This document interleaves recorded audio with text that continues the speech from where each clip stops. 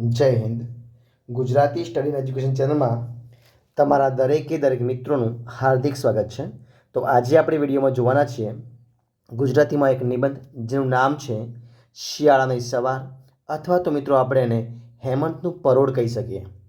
તો આ નિબંધની શરૂઆત કરીએ આપણે, એટલે જોઈએ એના થોડાક મુદ્દા જોઈ લઈએ તો આપણે એ નિબંધ લખી શકીએ.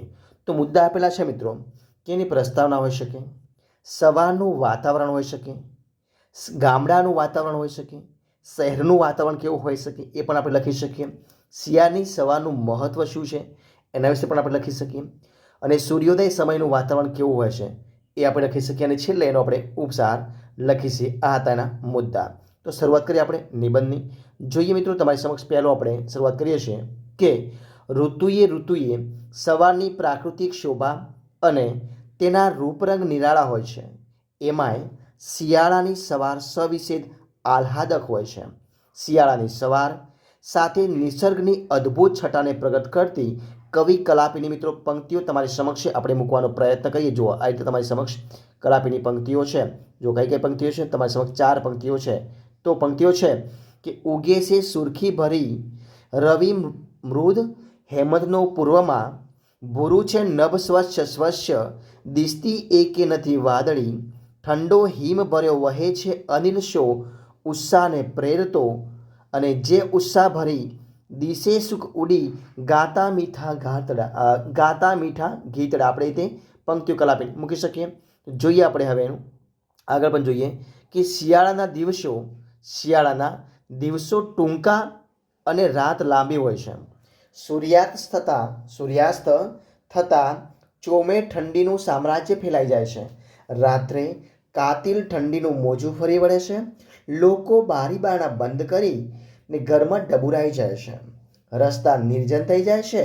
પરોઢિયું થતાં વાતાવરણમાં ફરીથી નવી ચેતના પ્રગટે છે.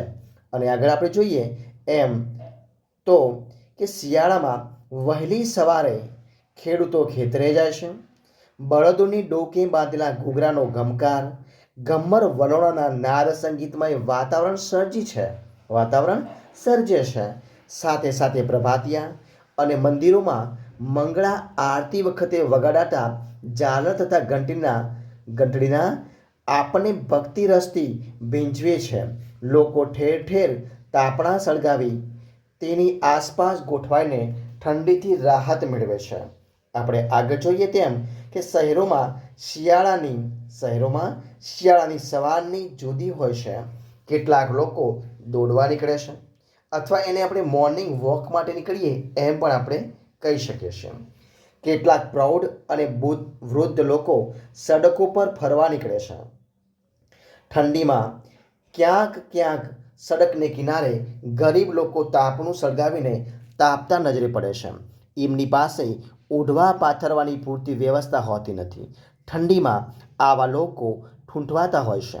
આવા દ્રશ્યો ખરેખર કરુણ હોય છે. આપણે આગળ જોઈએ એમ કે સ્કૂલ બસની રાહ જોતા આંખો ચોળતા બાળકો, ટ્રેન અને બસ પકડવાની લાઈનમાં ઉતાવળે દોડતા શહેરીજનો, બાળકો અને પતિને માટે ઝટપટ ચા નાસ્તા અને લંચ બોક્સ તૈયાર કરતી સ્ત્રીઓ, શિયાળાની સવારનું સુખ શું જાણે, એટલે તેઓ શિયાળાની સવારે અડદિયો પાક, સાલમ પાક જેવા પોષણયુક્ત વસાણા ખાઈને સંતોષ મેળવે છે. જો કે શિયાળાની સવારે ઘણાને હૂંફાળી પથારી છોડવી ગમતી નથી. આથી લોકો રજાઈ ધાબળા ઓઢી મોડે સુધી નિરોતે ગોરતા રહે છે. અને શિયાળાની પરોઢે છોડ અને વૃક્ષોની પાંદડીઓ પર ઝાકળના ટીમ્પા બાજે છે. સૂર્યોદય થતાં જલબિંદુઓ મોતીની જેમ ઝળહળી ઉઠે છે. અને ત્યારબાદ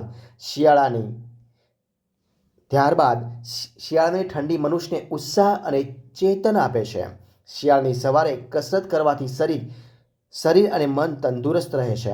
આપણે શિયાળાની સ્ફૂર્તિદાયક સવારનો સદુપયોગ કરીએ.